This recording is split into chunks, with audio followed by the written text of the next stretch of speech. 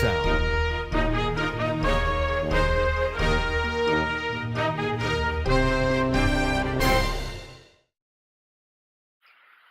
Good morning, this is Jonathan and Ellen from Grant Elementary. Just a reminder, here at Grant we are safe, responsible, respectful, and ready to learn.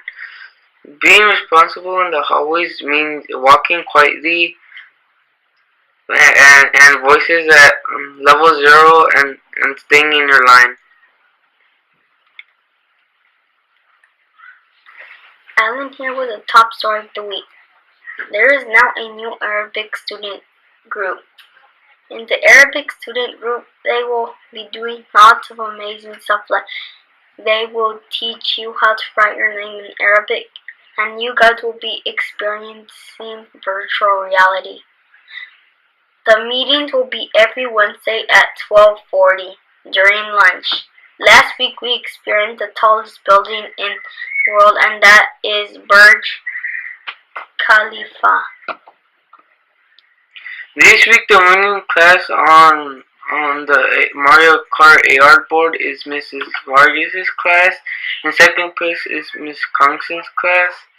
Miss Wallace's class is making great improvement and getting closer and closer to the goal. Keep reading and taking those quizzes, grand quizzes, so that you can meet your goal and help your class win the prize. Let's turn to Geo and Aces for what's coming soon at Grant Elementary. This is Gio here with what's coming soon. Cinco de Mayo celebrates the day of the Mexican Army 1862 victory over France at the Battle of Puebla during the Franco-Mexican War. Although this is an important day in Mexican culture, this event is mostly celebrated in America. The parades start at Barrett Avenue and 24th Street in Richmond at 10 a.m. It will contain elaborate floats, horses, clowns, classic cars, dancers, and community organizations. The route will be at 23rd Street, and it will end at St. Paul's, 1825 Church Lane in Sao Paulo. Next week is Teacher Appreciation Week. This is to celebrate our teachers for working hard to help us learn and to say thank you for showing us that they care. So next week, work extra hard to follow your teacher's directions and appreciate them every day. Patrick, Jeffrey, and Nicole, what fun facts do you have for us this week? Patrick, Jeffrey, and Nicole here with fun facts about a word in our community. Jewish American Heritage Month is May in April 20th. 2006, President George W. Bush declared that May would be a month to celebrate Jewish people. It was important because for more than 350 years, Jewish people have contributed to the American culture. During this month, we also acknowledge the achievement of Jewish people in many areas such as education, music, art, and sports. The theme of 2018 is the celebration of Jewish contribution to American music.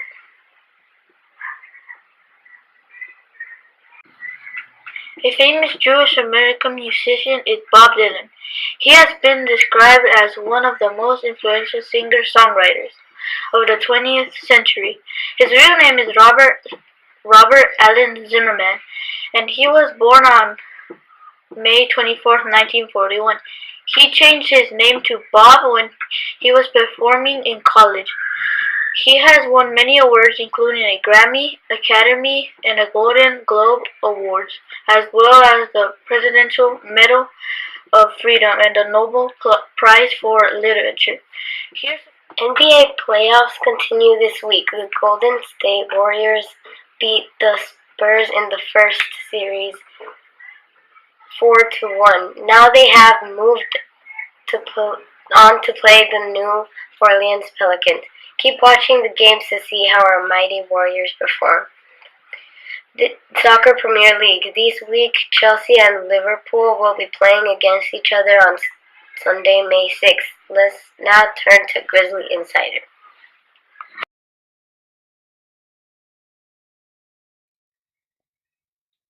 Welcome to GNN. Grant Grizzly students have 3 questions to ask you. First question: how does it feel like to grow up in South Dakota?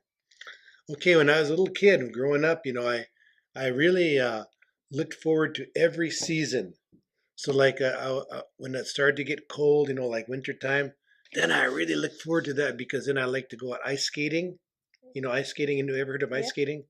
Yeah, you put on those little skates and it's got the blade on there. And I used to really love the feeling of just going kind of gliding across the ice. I started ice skating when I was like 6 years old, I think, maybe five or six. I had little skates and I'd go out. And then I really like going out sledding, sledding down the hills, during the wintertime.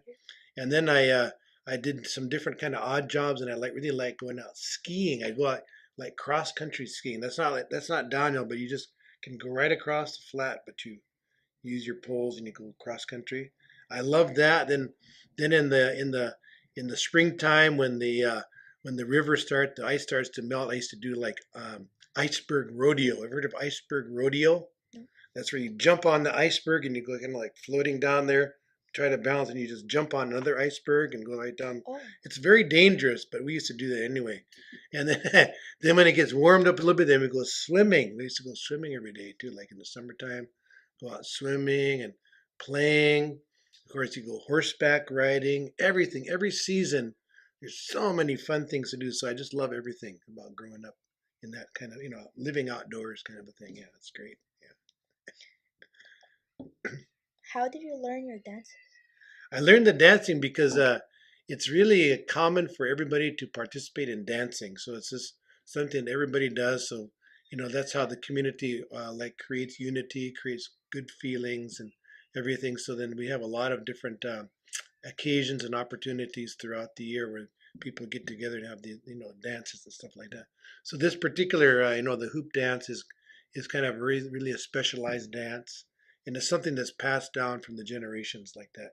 In fact, interestingly, my mom was a hoop dancer, my mother, and when she was a little girl, she went on a train with her mom, my grandmother, and they went out to Chicago, and she performed she hoop danced in the Chicago World's Fair in 1933. She got a little trophy about like that for her performance there in 1933. Yeah.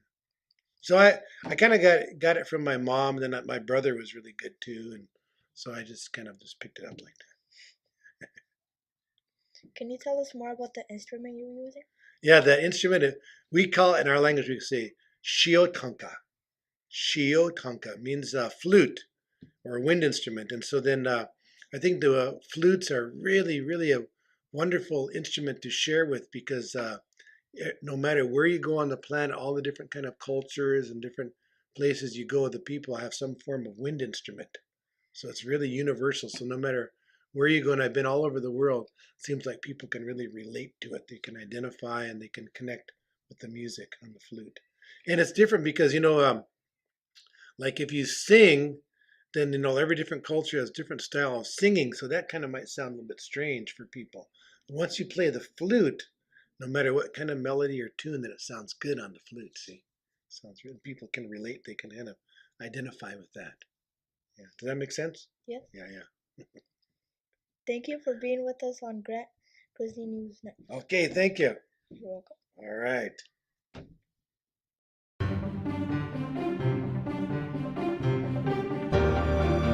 Smart Sound.